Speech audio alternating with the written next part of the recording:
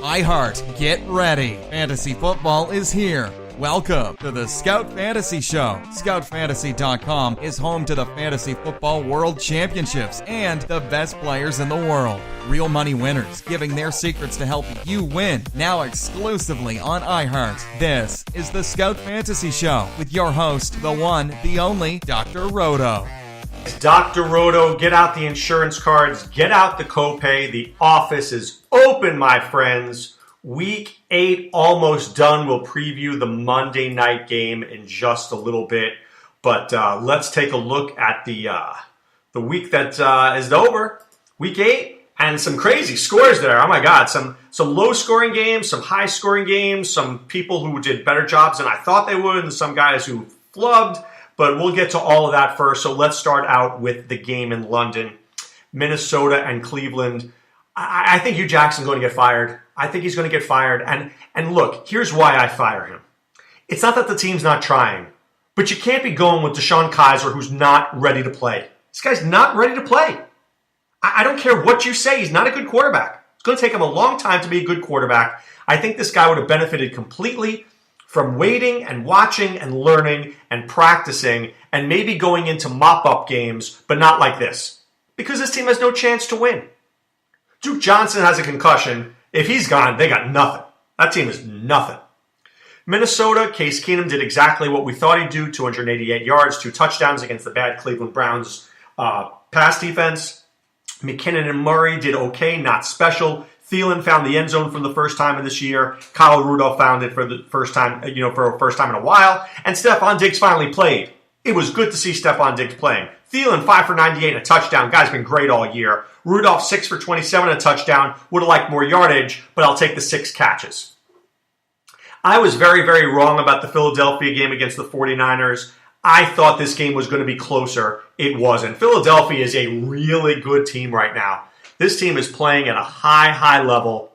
Corey Clement, LeGarrette Blount. They didn't even go to Wendell Smallwood. Barely even played in this game. I like this kid Clement. If Blount never got hurt, Clement is a very good player. But Carson Wentz just doing his thing, finds Jeffrey and Ertz. It's like the same thing every week. Wentz, Jeffrey, Ertz, Blount. Wentz, Jeffrey, Ertz, Blount. This is a very good team. And you know what? They still sacked the quarterback. Michael Kendricks is a good player. I'm pretty happy with what I'm seeing here with the Eagles. And Carson Wentz just might be the MVP of the season. Just might be the MVP of the season. For San Francisco, Carlos Hyde did nothing. Pierre Garçon did nothing. George Kittle did nothing. This is just nothing. And I know the C.J. Beathard thing made sense at the time, but here's what we learned. This guy's not the quarterback of the future. I'll tell you that right now. If it is, the future's bleak. Bleak. Speaking of bleak, I am so sorry. So sorry for Zach Miller. I mean, this guy might lose his leg. And that should just not happen to anybody. So I'm praying right now for Zach Miller. I hope he's healthy. I hope he keeps that leg. Mitchell Trubisky, 14 for 32, looked very much like a rookie there. He ran nicely, 3 for 53, but they got to get the ball to Tariq Cohen. They have to get the ball to Tariq Cohen more. They're just not doing that. Jordan Howard is awesome, 23 for 102, but he can't catch the football. At the end of the game, in any big spot, he can't catch the football. You need more Tariq Cohen and less Jordan Howard. I don't understand why they can't figure this out.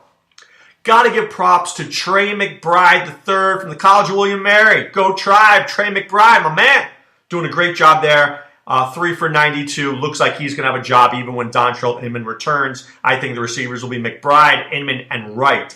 Deion Sims, we'll talk about him more, mining the box scores for Fantasy Gold. For New Orleans, Alvin Kamara had a touchdown. Didn't do that much. Michael Thomas looked very good, 7 for 77. Thought he was a very good play in fantasy. He was a contrarian play because nobody was going to him, but he did a very good job. The optimizer had him pegged. New England and the Chargers. So here's the deal with New England. They get better as the year goes on. That's what happens. Their defense tightens up and becomes very good. By the way, Rex Burkhead, 7 for 67, 7 receptions, 68 yards, 4 carries, 15 yards. There's a spot for this guy. Let me tell you, they're going to use this guy. There's a big spot for him, and Chris Hogan's not 100%. So you may see a lot more Rex Burkhead than you ever thought.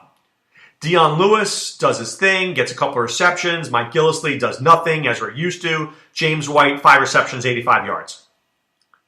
I was disappointed in Phillip Rivers. I thought he was going to have 300 yards. He had 212. He did not look very good. Melvin Gordon looked great. 14 for 132 and a touchdown. Travis Benjamin looked great. He was very open on that touchdown. Very open. Tyrell Williams looks terrible right now. Where was Hunter Henry? Where was Mike Williams? You have a prolific offense in San Diego and they did nothing. This was a big, big loss for the Chargers. Speaking of big loss, I cannot believe that Chuck Pagano has a job. This guy stinks. Giving Frank Gore 16 carries and Marlon Mack 11. Marlon Mack needs the football. Everybody knows this. Please give him the football. Jack Doyle out of his mind. 12 for 121 and a touchdown. T.Y. Hilton, there's talks about him getting traded. I mean, T.Y. Hilton, trading T.Y. Hilton? Why would you do that? You need Andrew Luck to T.Y. Hilton to Jack Doyle to Marlon Mack. You might have something there. Not with Jacoby Brissett. All right, Cincinnati. So some things just make sense. And I faded A.J. Green in DFS. I like A.J. Green, but I don't trust Andy Dalton. He did exactly what I thought he'd do. 243 yards and 2 touchdowns. I thought 250 and 2. Joe Mixon, 11 carries for 18 yards against the worst run defense ever. But he looked good with 3 receptions for 91 yards. Joe Mixon will figure it out, folks. It's just a question of when. Just a question of when. Tyler Kroft, 5 for 46. 5 receptions, 6 targets. I love this guy. Just very smart. So I made a mistake. I did. I made a mistake yesterday in DFS. And I blame myself 100% on this. Mohamed Sanu is from New Jersey. Mohamed Sanu went to Rutgers. Mohamed Sanu is playing in New Jersey. I should have had him. 6 for 74 and a touchdown. That's on me. That's on me. I apologize. I really should have given him out. That's a big mistake on me. I should have had him. Matt Ryan doing his thing, 250 yards, 2 touchdowns. Devonta Freeman once again, nothing. 12 for 41, one reception for 20 yards. It's not good enough. It's not good enough. He needs the ball way more. And I don't know why they're not doing that and why they're not seeing that. For the Jets, Bilal Powell, 14 carries to Matt Forte's 4. But Forte had 6 receptions to Bilal Powell's 3. What we're learning is that Elijah McGuire is not getting much time. I want to play Bilal Powell, and I will start playing him more with more confidence. But I want to talk about something here. Patience. Patience, patience, patience. In the beginning of the season, Robbie Anderson did nothing the first 2 weeks. Looked pretty good yesterday. 6 targets, 6 receptions, 104 yards, and a touchdown. Jermaine Kearse, who looked so good in the beginning of the season, hasn't done as much recently. Robbie Anderson is real deal. If by some miracle he's available in your league, you got to go get him. I really do like Robbie Anderson the rest of the way. Carolina and Tampa. So this is where I just go off. How much do I hate the bastard named Cam Newton? I hate this guy. 154 yards against Tampa. It's just disgusting. I mean, I know he had 44 yards rushing, but come on. Christian McCaffrey, 4 carries for 3 yards. I mean, this is just terrible. 154 yards passing for Cam. Kelvin Benjamin, 3 for 39 and a touchdown. I called that one. I told you this was an easy play. But how does Funchess not do better? This team is terrible. Please, you cannot rely on the Panthers week in, week out. Speaking of unreliable, Jameis Winston. I am just confused of the highest order. 21 for 38, 210 yards, no touchdowns, 2 interceptions. You've got Martin, Brate, Evans, Jackson, Humphreys, Howard. Teams would kill for this offense, but Winston can't do anything. And then next week he'll throw for 400 yards. He is so frustrating. I am not starting Jameis Winston anymore unless it's as a must play. I can't do it. I can't rely on him. I may lose. That's fine, but I can't rely on Jameis Winston. Derek Carr, 313 yards and a touchdown. Washington had the great day. You knew it was going to be Rashard or Washington. Washington had 8 receptions, 62 yards, and a touchdown, 6 carries, 26 yards. He was the guy. I chose Rashard. It was my mistake. My mistake. Amari Cooper, 5 for 48, but this was a lot of garbage time here. A lot of garbage time. The team that I'm just so impressed with are the Buffalo Bills. Tyrod Taylor, 20 for 27, 165 yards and a touchdown. He plays within himself. That's what I love about this guy. Next, what else? LaShawn McCoy, 27 for 151 and a touchdown. Then he has 6 catches for 22 yards. What more can you ask than LaShawn McCoy? The guy's a star. Zay Jones had 5 receptions. Jordan Matthew had 5 targets, 3 receptions. Matthews did more, but Andre Holmes got involved. 4 targets. That's the next step for Tyrod Taylor.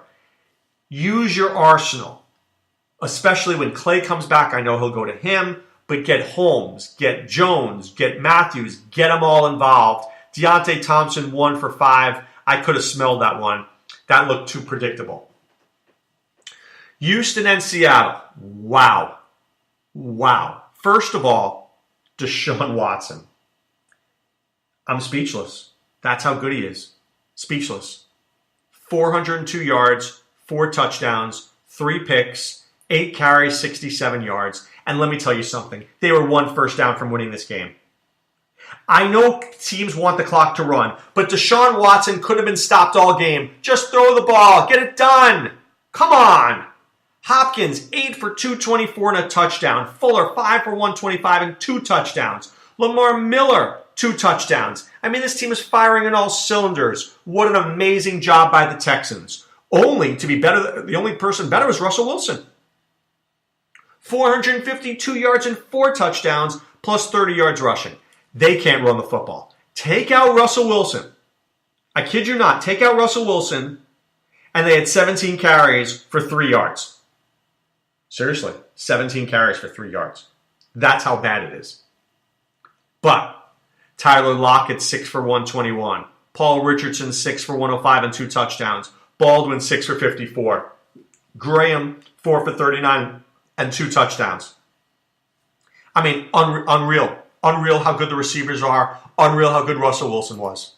Unreal the Texans lost that game. All right, Dallas and the Redskins. Dallas are just better. Dak Prescott didn't have to do that much, 143 yards. It was Zeke and more Zeke, 33 for 150 and 2 touchdowns. Just a great job. There was no Des Bryant, as I figured. There was very little Jason Witten. I thought there was going to be more. Cole Beasley got hurt. This was just Zeke. Zeke and defense. That's how they won this game, Zeke and defense. For Washington, welcome back Jamison Crowder. It's been forever. 9 for 123. This is what I was hoping for all year long. Chris Thompson, 8 for 76, and he also had 18 yards rushing. Vernon Davis played. Jordan Reed hurt again. Josh Doxson, 1 reception, 1 yard, 1 touchdown. He found the end zone. I'll give him that. He found the end zone. Not much more than that, but he did find it. Finally, Pittsburgh and Detroit. Matthew Stafford, 423 yards, couldn't find the end zone. You get 5 field goals, you're not winning the NFL. Simple as that. I love Matt Prater this week. Amir Abdullah, 27 yards. Rushing, not good enough. Theo Riddick, 21 yards rushing, 24 yards receiving. Marvin Jones looked good, 6 for 128. Golden Tate, 7 for 86. TJ Jones, 4 for 88. Even Ebron showed up, 2 for 58. Marvin Jones looked great. TJ Jones I really liked as well. Played well. But nobody played as well as Juju Smith-Schuster. 7 for 193 and a touchdown, and he dropped a couple easy passes too. He had 10 targets. So last year, teams were able to load up on Antonio Brown because there was no Martavis Bryant. So this year, everybody thought with Bryant back that this is going to be great. But Bryant is a head case. But Smith-Schuster's real. He's legit. I mean, I told you this guy weeks ago. I can only pray that you put him in your lineup. Here's the problem. Here is the problem.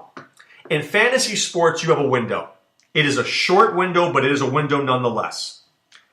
let's just say week 4, Smith-Schuster's on the radar. Week 5, you got to do it. Week 6, you better get there. By week 7, he's gone. By week 8, forget it. You got to be early. You got to trust your instincts and be early. Who was I early with this year? Deshaun Watson, Juju Smith-Schuster. Giving you a couple of guys already, guys. Here's another one. D.D. Westbrook. Write it down. Go get him. Jacksonville Jaguars. Dude is legit. Legit. All right. Monday night game, the Broncos. Trevor Siemian better not be monkeying around tonight. He needs to play better. Demaryius Thomas has to find the end zone. Has to find the end zone. It's been weeks, months. Emmanuel Sanders, I doubt plays. I think Jamal Charles has a good night in a revenge game. You know I love the revenge games. I like Charles tonight. I like A.J. Derby tonight. But I don't know if Denver wins. I don't think they have enough on offense. Not when your quarterback is Trevor Siemian. I think Alex Smith can win this one tonight. He has to go to Travis Kelce early and often. I also think they have the better kicker in Butker. Butker has been awesome this year. Kareem Hunt's been over 100 yards every week. Does he do it this week? I don't think so. But hey, nothing will shock me. Great player. And Tyreek Hill is my boy. You know I love Tyreek Hill. So Hunt, Hill, Kelce, Smith, Butker. How's Denver going to beat that without Emmanuel Sanders? I don't see it. I see a low-scoring game. When Denver goes down, they can't come back. It just doesn't work that way for them. They're just not built that way.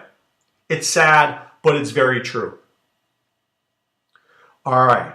I don't know how you did this week, but if you need to win tonight, I hope you get the win. I really do. I hope you get the win. This was a big week because of the bye weeks. Next week is another huge week, 6 teams on bye. We'll break down the box scores tomorrow when we mine the box scores for Fantasy Gold. But speaking of gold, ScoutDFS.com is gold.